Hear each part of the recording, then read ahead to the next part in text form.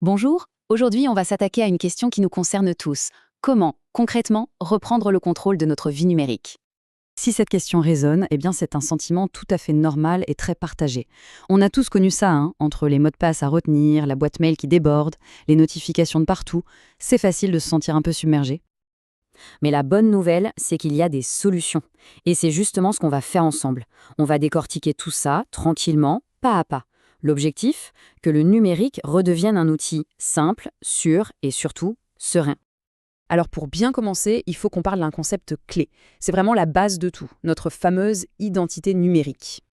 Qu'est-ce que c'est au fond? Eh bien, c'est un peu comme notre empreinte digitale en ligne. Chaque photo postée, chaque compte que l'on crée, la moindre info qu'on partage, tout ça, mis bout à bout, ça dessine notre portrait numérique.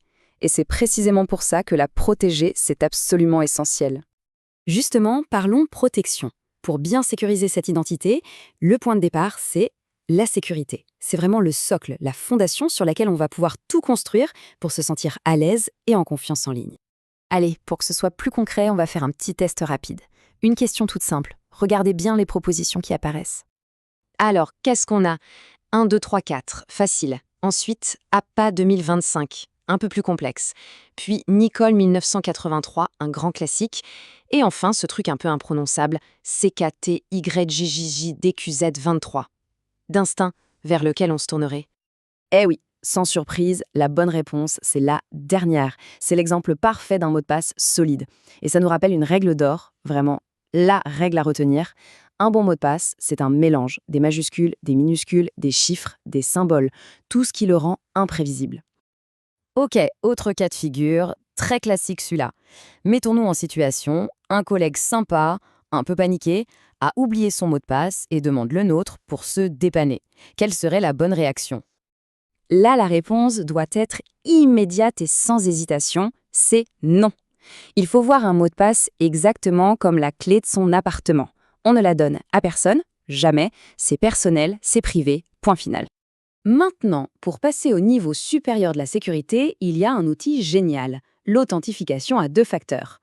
Le nom a l'air un peu barbare, mais le principe est super simple. C'est comme avoir une double sécurité sur sa porte. D'abord, on met la clé, c'est le mot de passe, et ensuite, il faut un code unique, envoyé sur notre téléphone par exemple, pour pouvoir ouvrir.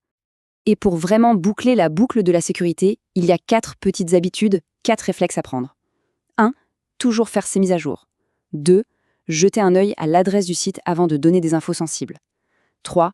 Faire un tour dans ses paramètres de confidentialité de temps en temps. Et 4. La base. Toujours réfléchir à 2 fois avant de partager une info personnelle. Voilà, les fondations de la sécurité sont posées.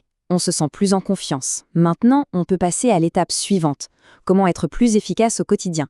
Parce que quand on n'a plus à s'inquiéter pour la sécurité, on peut enfin se concentrer sur l'essentiel. Allez, encore une petite question sur un symbole qu'on croise des dizaines de fois par jour. Ce petit trombone, là, à côté d'un email, ça veut dire quoi au juste?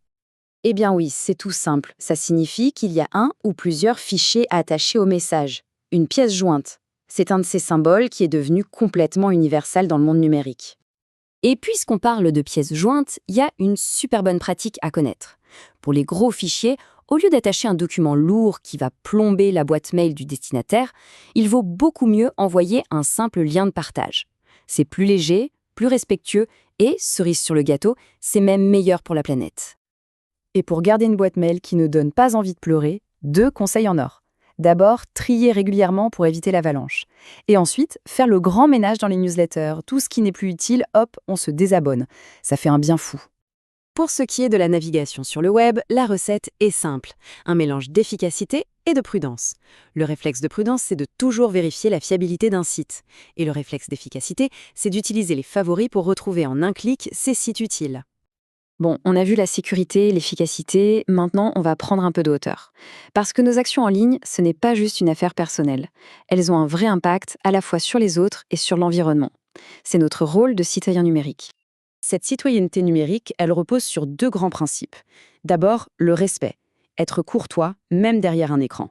Et ensuite, la responsabilité, ne pas partager d'informations à la légère sans les avoir vérifiées. C'est comme ça qu'on contribue à un Internet plus sain pour tout le monde. Et puis il y a l'autre facette, celle qu'on oublie souvent, l'impact écologique.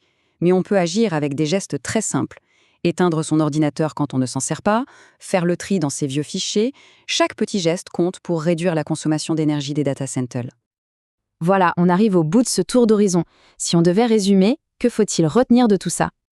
L'idée centrale, c'est celle-ci. Prendre en main son environnement numérique, c'est faire d'une pierre deux coups. D'un côté, on renforce sa propre sécurité, sa propre tranquillité d'esprit, et de l'autre, on agit de manière plus responsable pour la collectivité et pour la planète.